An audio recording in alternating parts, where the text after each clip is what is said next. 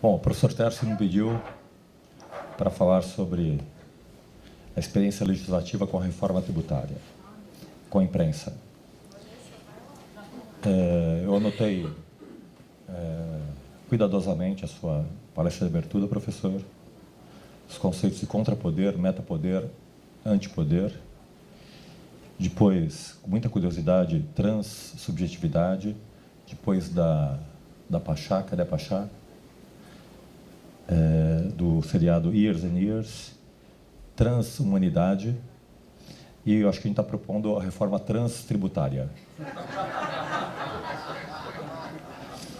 O que a gente fez, na verdade, e a Feiticeira faz parte desse processo narrativo.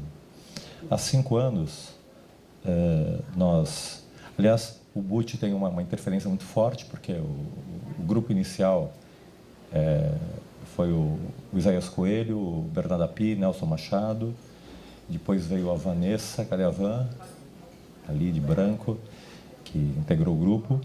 E o BUT tinha dado uma lição para o Nelson, quando foi fazer a reforma da Previdência, que tinha que conversar com a imprensa. E nós fomos conversar com a imprensa.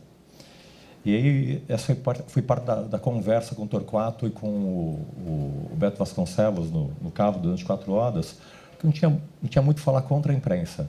Porque a gente falou com a Folha, a gente foi recebido pelos Frias na Folha para explicar a reforma, teve uma série de editoriais favoráveis à reforma da Folha de São Paulo, a gente foi recebido pelo Estadão para falar sobre todo o caderno de economia, para falar sobre a reforma, e pelo Valor Econômico também. Então, isso só foi positivo. Aliás, tem tudo a ver com a fala da Paula. Então, Paula, a sociedade está evoluindo, tem alguma coisa positiva acontecendo efetivamente em todo esse circuito. Depois, do ano passado e ano retrasado para cá, enfim, nas eleições a gente conversou e fechou com os economistas do Ciro, do Haddad, do Alckmin, da Marina, do João Amoedo, apoio à nossa proposta de reforma. O único que a gente não conseguiu conversar foi o Jair Bolsonaro. Mas fomos eu e a Van conversar com o Marco Sintra, na equipe de transição, fazendo uma proposta de reforma, mas daí o professor Marco Sintra teve a recaída da CPMF. E aí teve esse caos dos últimos 8 meses. E é curioso que esse processo teve a ver com a fala do senhor também, professor. A gente começou o Centro Cidadania Fiscal trazendo as empresas para serem protagonistas de um processo de mudança do sistema tributário. E isso está no nosso site, é transparente. A gente trouxe o setor de bebidas, Ambev, do setor de banco, Itaú, inicialmente, setor de varejo, Carrefour, tecnologia, Huawei, que estavam interessadíssimos. A China tinha uma política em relação a isso, de estar financiando políticas públicas de simplificação, institucionais, da indústria Votorantim, de cosméticos Natura, de energia de química Braskem, de energia Raizen, de mineração a Vale e de bebidas também a Coca-Cola. E a Souza Cruz de fumo. E foi um processo interessante, foi um processo de coaching empresarial, porque a gente falou, olha, esse sistema não tem jeito, com incentivos fiscais, com vantagens, com esse sistema tributário, a gente vai ter que acabar com tudo isso. Tudo bem para vocês? Eles, tudo bem. A gente entrega todos os benefícios fiscais. A gente só quer um sistema claro, objetivo e seguro. E aí começou um trabalho muito interessante com relação a todas essas empresas, já de start, com todo esse apoio. E aqui tem um desenho interessante, um design interessante que surgiu na década de 60, que na teoria do direito de desenvolvimento chama Path Dependency, a dependência da trajetória. Em 65, na emenda número 8, foi desenhado um sistema tributário em que eu separei a tributação sobre o consumo, e aqui tem uma questão interessante, Butch, justamente sobre o consumo, que é um tema que diz respeito às redes sociais, que motivam o consumo. Houve um desenho que eu separei serviços para os municípios, mercadorias para os estados. Depois a União se apropriou dessa base. Mas o curioso é que tem um triângulo aqui que se forma entre o Estado, que não é um Estado só. São 5.570 municípios, tem legislações específicas, cada qual sobre tributação sobre serviços, e não é uma legislação simplesmente, é uma legislação com 200 itens da lista, porque essa legislação decorreu do antigo imposto sobre profissões. Então, cobrava antes taxidermista, barbeiro, cabeleireiro, todo mundo, etc. e tal, hipercomplexa em cada município. 27 legislações de ICMS, que tornavam o ICMS hipercomplexo, 27 conceitos de mercadorias, de crédito físico, e depois veio a União com uma hipercomplexidade também, com o PIS/COFINS, e antes disso, o Imposto sobre Produtos Industrializados, o IPI. E, curiosamente, esses 5.798 entes, quase 6 mil entes tributários, cobravam 20 milhões de empresas, que pagavam na origem o sistema tributário e esses recursos iam para a origem também, ou seja, para os estados produtores, especialmente São Paulo, Sudeste, em detrimento do Norte e Nordeste. E é muito curioso que, na verdade, dentro desse modelo, uma espécie de cooptação entre a pessoa jurídica dessas várias pessoas jurídicas de direito público, negociando com 20 milhões de empresas, negociando incentivos fiscais, incentivos financeiros, redução de base de cálculo, redução de alíquota, e em troca de financiamento de campanhas políticas. E tudo isso dentro da base do preço. Eu explicando isso na Comissão Especial da Câmara dos Deputados, que é um fato que está transitando a PEC 45 que a gente propôs, que nós propomos, e aí o deputado do PSOL, que não é opositor à tese, é muito curioso porque todos os partidos são favoráveis à reforma tributária, de esquerda e de direita. A discussão sobre a PEC sobre o consumo no que diz respeito a imposto sobre a renda, patrimônio e grandes fortunas, mas não sobre a PEC especificamente. A gente conseguiu, pela primeira vez na história do Brasil, o alinhamento de todos os 27 estados da União favoráveis à proposta. Por quê? A gente está aumentando a base dos estados, estão tributando mercadorias até agora e vão poder tributar serviços, porque a economia mudou. Na década de 60, um produto industrializado, 10%, 90% do produto era indústria, 10% é do resto. Hoje em dia, 10% é indústria, 90% é o resto. É serviço, tecnologia, marketing, distribuição, logística. Então, a gente mudou completamente o círculo da economia e a gente continuou com o sistema tributário da década de 60, que tributa a indústria, que desincentiva a indústria, que não consegue enxergar serviços ainda. Então, houve uma transição muito interessante dentro desse modelo tributário pensado na década de 60 para esse novo modelo tributário da década de 70. E, curiosamente, esse modelo ele tributa as empresas, mas só que as empresas elas não pagam tributação sobre o consumo, porque elas não consomem, elas utilizam insumos, na verdade. O que elas fazem é passar isso nos custos e quem paga efetivamente a tributação sobre o consumo são os consumidores. E aí, na Câmara dos Deputados, a deputada do PSOL, pertinentemente, me perguntou, falou, professor, mas a tributação sobre o consumo é regressiva. E a tributação sobre a renda, e a tributação sobre as grandes fortunas? Eu nunca tinha me colocado, Van, diante dessa questão. Pensei na hora, falei, deputada, tributação sobre o patrimônio, IPTU, aqui de Ilhabela, você aumenta com lei ordinária de Ilhabela, é lei ordinária municipal, aumenta fácil. Você quer aumentar a tributação sobre o patrimônio aqui, no município de Ilhabela, você aumenta através do ITBI, do Imposto de Transação de Bens Imóveis, lei ordinária. Municipal é fácil aumentar. Quer aumentar a tributação sobre o patrimônio estadual, o IPVA sobre veículos? É só editar, modificar uma lei ordinária, a alíquota de uma lei ordinária estadual. É fácil. Quer mudar o imposto sobre heranças? É fácil. O ITBI, doação, é estadual também, é muito fácil.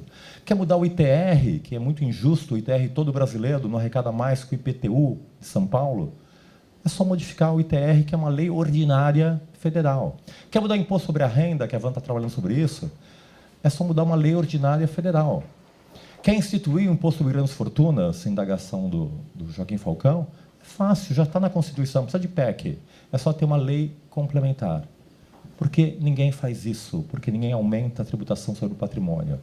Porque o contribuinte que sofre a tributação sobre o patrimônio é informado diretamente da informação sobre quanto ele paga do IPTU, do IPVA, do TCMD, do ITBI, do ITR e de todos esses impostos. Mas não é informado sobre a tributação sobre o consumo, que é oculta. Oculta nas trajetórias complexas do direito de não cumulatividade, e com isso eu onedo fortemente as classes mais baixas, colocando toda a carga tributária dentro dos preços, sem que a pessoa saiba que a gente está tomando um vinho aqui. Aliás, um brinde ao Tércio e à Sônia. Adoro esse seminário, porque é o único que eu posso beber durante o seminário, especialmente quando eu falo por último, eu posso beber mais ainda. Um brinde, professor, Sônia. E então é muito curioso que eu tenho um modelo em que eu coloco toda a carga da tributação nas empresas, mas que na verdade não pagam, colocam no consumo, oneram o produto brasileiro, favorecem importações porque o produto é muito caro, desfavorecem exportações, destroem a nossa indústria nacional, destroem o nosso mercado. E uma constatação curiosa também, essa cooptação, que o Toffoli fez uma referência interessante, setorial, porque, na verdade, a cada vez que eu dou uma isenção e um incentivo fiscal, os setores se organizam para manter politicamente forever esse favorecimento. Desmontar essa indústria é muito difícil. E aí foi muito curioso, não é, Ivan, que a partir de um movimento que não foi de poder, a gente constituiu um Centro de Cidadania Fiscal, que é um think tank independente, que, enfim, não tem fins lucrativos e que tem um estatuto social com as empresas em que nós não favorecemos nenhum setor especificamente, todas apoiaram nesse sentido. A gente conseguiu construir um espaço discursivo de poder em relação a essa proposta, que foi simplesmente técnico. Então, o nosso trabalho nos últimos 5 anos tem sido construir o melhor sistema tributário do mundo para o Brasil. E depois de 4 anos, 5 anos e muito trabalho, a gente propôs a PEC 45, que surgiu, na verdade, com o senador, o deputado Mendes Tami, depois foi proposta pelo Baleia Rossi, e que está em pauta hoje em dia, passou na CCJ, está tratorando na comissão especial. Então, a reforma tributária, hoje em dia, é uma realidade. Então, o Brasil está bombando, fez a reforma trabalhista, fez a Previdência, tem um horizonte muito concreto de aprovação da reforma tributária. Na linha do que o ministro Toffoli disse, é curioso, dentro desse governo, o que está acontecendo, porque eu não tenho experiência com poder, tive aproximação esse ano, muito concreta, com a Câmara dos Deputados, fiquei impressionadíssimo com a qualidade dos deputados. A proposta foi feita pelo Rodrigo Maia, tem uma habilidade incrível dentro desse domínio, como ele está protagonizando isso. Um governo de direita que entra agressivamente, mudando a relação como disse Beto Vasconcelos, a relação do presidencialismo de coalizão, que, de repente, ressignifica o parlamento, que começa a parlare, começa efetivamente a estar produzindo, começa a ser efetivamente protagonista, a imprensa apoiando o parlamento, uma coisa curiosa também, e parlamentares de altíssimo nível. Então, Baleia Rossi que propôs, presidente do MDB, muito consistente, o relator, que era o João Roma, da Bahia, que foi assessor, PSDB. O João Roma, que é da Bahia, foi assessor do ACM Neto, hipercompetente também. O Aguinaldo Ribeiro, que é o relator atual, que possivelmente vai ser candidato a ser o próximo presidente da Câmara, muito competente, aglutinador. E é muito curioso que nós, dentro do ambiente privado, propondo para o ambiente público, a gente consegue fazer um casamento muito interessante junto com a Câmara dos Deputados, se o governo tivesse proposto a reforma, não teria o mesmo destino. Curiosamente, quem está propondo é o Legislativo. E com toda a abertura democrática para o debate, nós somos radicais, trouxemos o melhor sistema tributário para o mundo, do mundo para o Brasil, que significa alíquota uniforme, crédito simplificado para todos os contribuintes. A empresa não paga, quem paga é o consumidor, e com isso a gente constitui um conceito muito importante, que diz respeito à cidadania fiscal, que significa, isso acho que é o ponto mais importante do projeto, que a gente nunca conseguiu explicar para a imprensa, Buti, para ver se você consiga traduzir esse conceito. Que, na verdade, tributação sobre o consumo, quem paga não são as empresas, é o consumidor. E a gente está dando transparência para essa carga tributária do consumidor. E dando transparência, eu tenho que arrecadar 750 bilhões, que é o arrecado hoje. E se eu passar para o consumidor exatamente isso, para todos os consumidores, significa uma alíquota de 25%. Mas é muito alta, é a mais alta do mundo quase. Mas essa é a alíquota que nós pagamos hoje em dia. A gente está dando simplesmente transparência e criando um incômodo imenso, porque a gente está dando transparência à tributação sobre o consumo. E qual que é o nosso projeto? Quando eu dou transparência para a tributação sobre o consumo, e agora eu respondendo para a deputada do PSOL, falei, deputada, tributação sobre a renda, sobre o patrimônio, aumenta por lei ordinária. Por que não aumenta? Porque eu tenho que encarar contribuinte frente a frente. Qual que é o projeto? Faz uma proposta de emenda constitucional, a PEC 45, em que eu tributo o consumo e, a partir daí, eu vou informar o consumidor quanto ele paga na tributação sobre o consumo dele, é 25%, para manter a arrecadação, é 2% para o município, 14% para o Estado, 9% para a União, 25%. Então, para manter a arrecadação, é isso. De forma transparente na nota fiscal, uma obrigação tributária única, uma agência tributária nacional, que é uma holding, que é uma corporation que a gente construiu juridicamente para poder distribuir o dinheiro para a União, Estados e Municípios, com governança de União, Estados e Municípios, com devolução dos créditos acumulados, com devolução para famílias de baixa renda, porque é muito mais eficiente, em vez de dar desoneração de remédios para todo mundo, cesta básica para todo mundo, primeiro arrecadar e depois distribuir renda em função das famílias de baixa renda. E a coisa que fez a magia para estados e municípios foi justamente você criar um fundo de desenvolvimento regional vinculado a essa estrutura de corporation, em que a grana não passa pela União, estados e municípios, ela vai ir direto em função de regras pré-definidas para a União, estados e municípios, sem passar pelo orçamento da União nem do Estado. Então, com isso, a gente conseguiu o apoio de praticamente todos os municípios, os pequenos especialmente, os grandes a gente está negociando, porque eles têm um ISS muito forte. Dos 27 governadores, com uma carta expressa do Concefaz, é Concefaz, né, Van? Do Concefaz. Oi? Do Rafael, que é o presidente de Concefaz, de todos os secretários dos estados, apoiando a reforma tributária, ou seja, todos os entes federados apoiando a reforma tributária, Câmara apoiando a reforma tributária, PEC 110 do Raul convergindo para a PEC 45, a gente conversando com o Raul, a Colômbia acertando esse modelo, o Onyx sinalizando que o governo não vai fazer uma proposta de reforma tributária e, de certa forma, para a infelicidade do Recife, mas para a felicidade do país, a Vanessa é convidada pelo Paulo Guedes para ser assessora especial dele, para desenhar a reforma tributária. Aceitou. Um aplauso para a Vanessinha. A Vanessa da Raul Canado, enfim, a gente começou o curso da GV há 20 anos juntos, né, Van? Eu tinha 38, ela tinha 18 anos. E 20 anos depois, é incrível ver a Van, assim, na estatura que ela adquiriu, sempre estudou muito, dominando imposto de renda, economia, contabilidade, sendo uma jurista muito, muito diferenciada e verdadeira, que eu acho que é uma conversa que a gente estava conversando, né, Pachá, de ter amor, realidade, verdade. Paulo Guedes pergunta, e essa proposta do CMF? É uma porcaria, ministro, é uma porcaria, ministro. Fala a verdade, conseguiu formar esse vínculo. E hoje em dia a gente está enxergando um cenário que é muito especial, que estamos nós do Recife, agora nós somos só três mosqueteiros, eu, o Nelson Machado e o Api. O Isaías saiu também, mas de alguma forma está ajudando o governo também, de forma muito competente. A Van está lá, trabalhando dentro do governo para fazer as reformas federais. A PEC 45 é um fato, vai acontecer, vai ser aprovado o ano que vem. Já era. Perdeu o Playboy.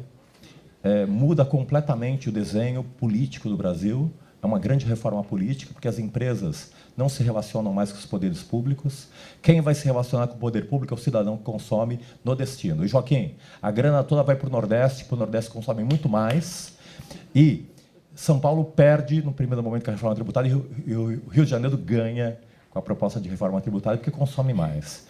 Mas São Paulo tem pernas e tem estrutura para se desenvolver e pode modificar a sua alíquota. Mas fica incomodado, porque a alíquota é 2%, e isso vai arrecadar em torno de 12 bilhões. Se eu mudar para 4, arrecada 24 bilhões, mas vai ter que passar pelas urnas.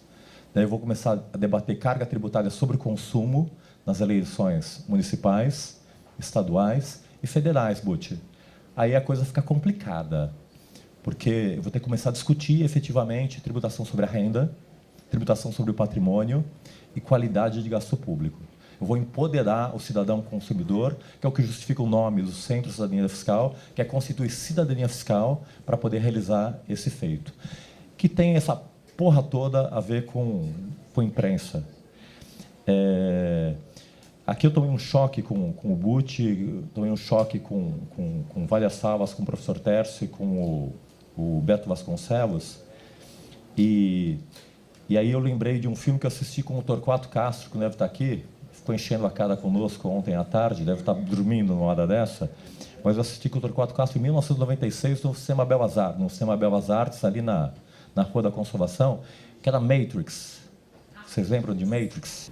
Matrix é um filme curioso porque veio a partir dos irmãos Wachowski, creio eu, que ele fazia uma reconstrução de duas realidades, como em Platão, que trabalhava um mundo construído pelas máquinas em que a atmosfera foi destruída, eles precisavam de energia, não tinham energia solar.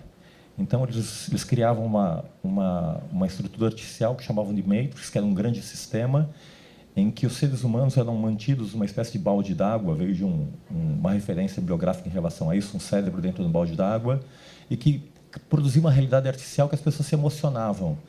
Discutiam política, discutiam religião, armamento, bobos da corte e outros temas relevantes, e com isso produziam energia para alimentar a própria Matrix.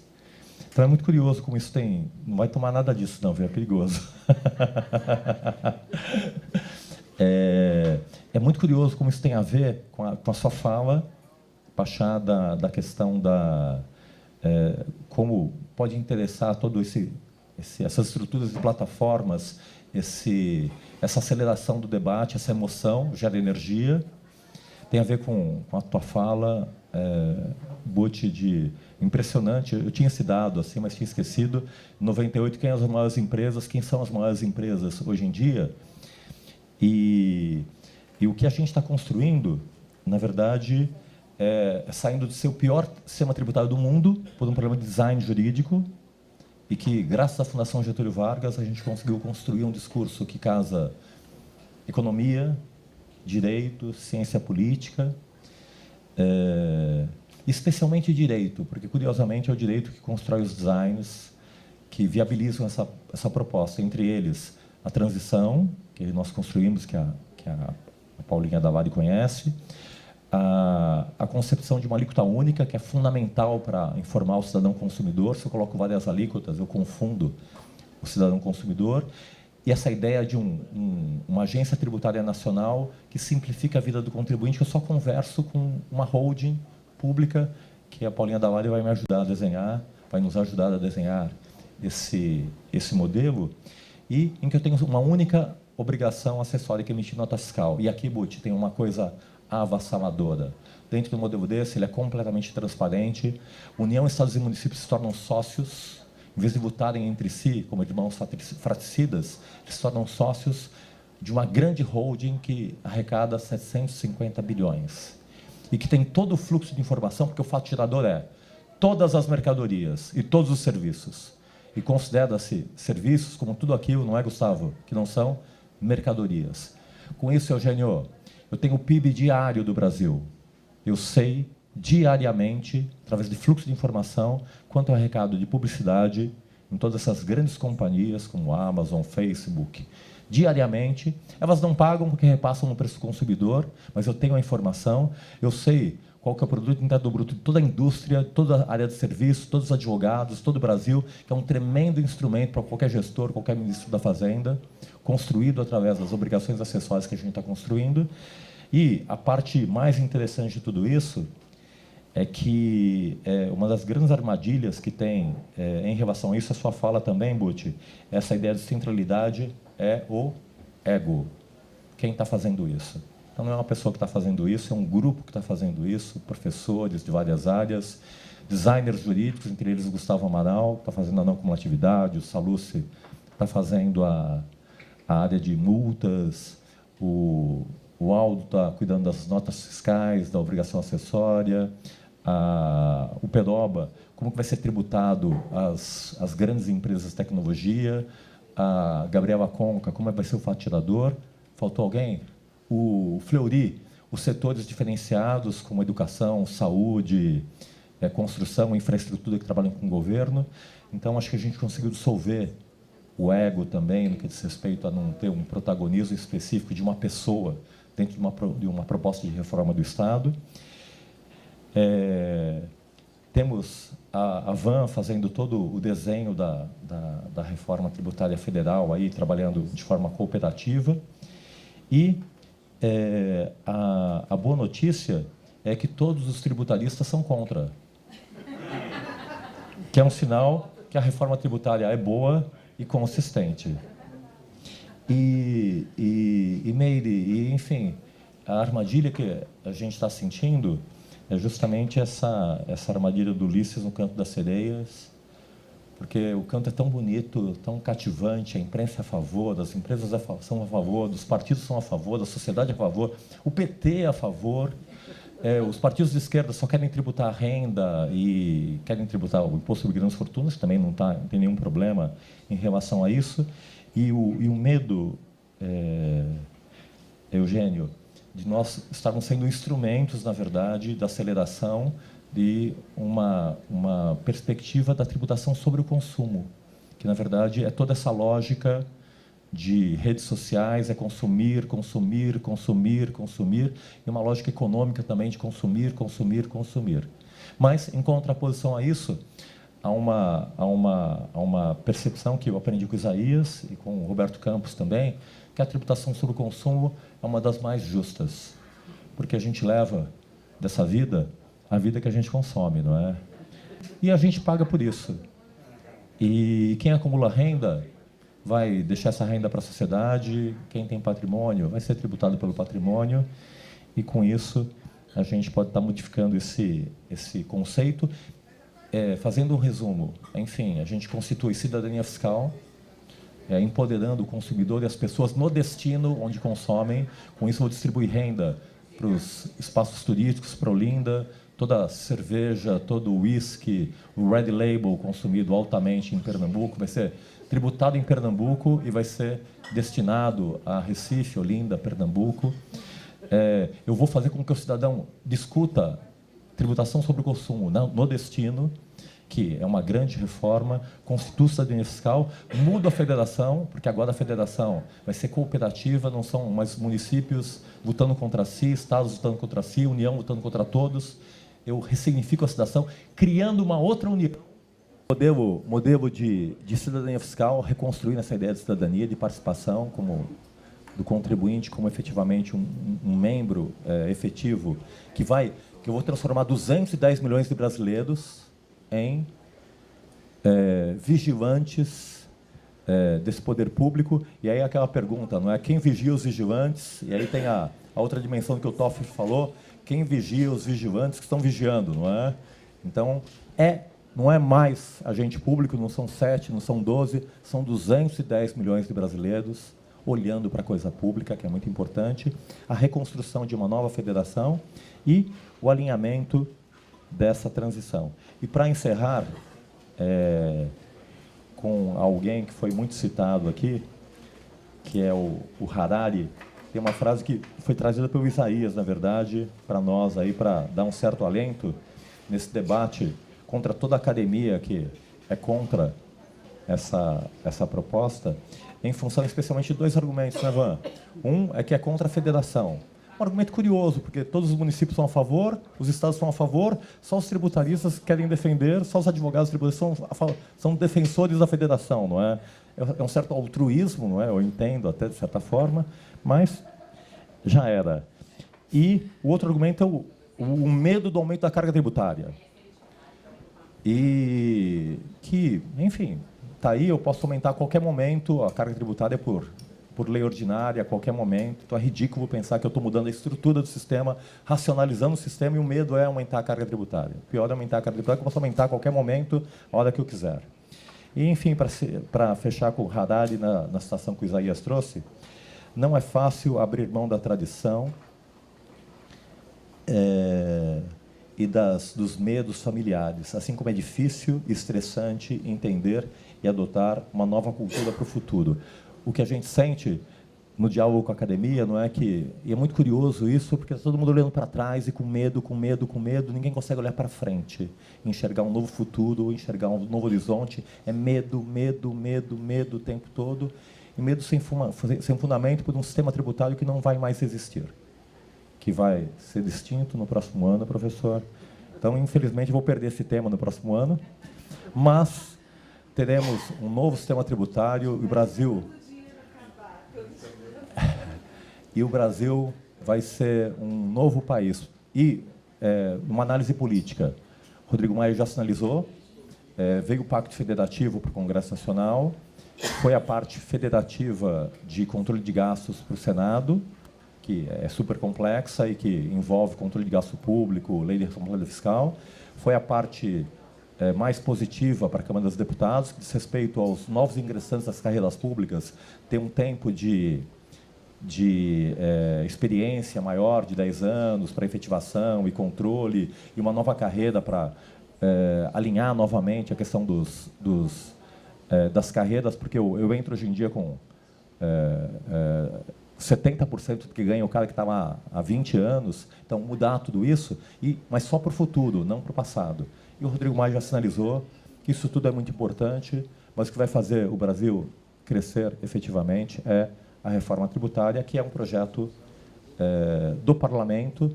E, para encerrar, uma coisa curiosa desse governo, assim, enfim, acho que todos ficamos assustados assim, com tudo que está acontecendo, mas com um olhar naif, assim, eu estou vendo deputados empenhados, um parlamento independente, propositivo. Eu estou vendo os burocratas, estou vendo o Paulo Guedes e todo o Ministério da Economia empenhado nisso também, não atrapalhando esse movimento e, de certa forma,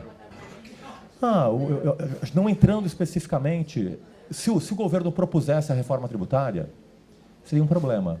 O parlamento propondo é totalmente diferente. Então, criou-se um novo horizonte aqui, muito curioso institucionalmente, e um governo como esse faz crescer a federação, ressurgiu a federação. Os estados ressurgiram, os municípios ressurgiram, ressurgiu o debate. Então, algo está acontecendo e muito positivo no Brasil. É isso. Muito obrigado pela atenção.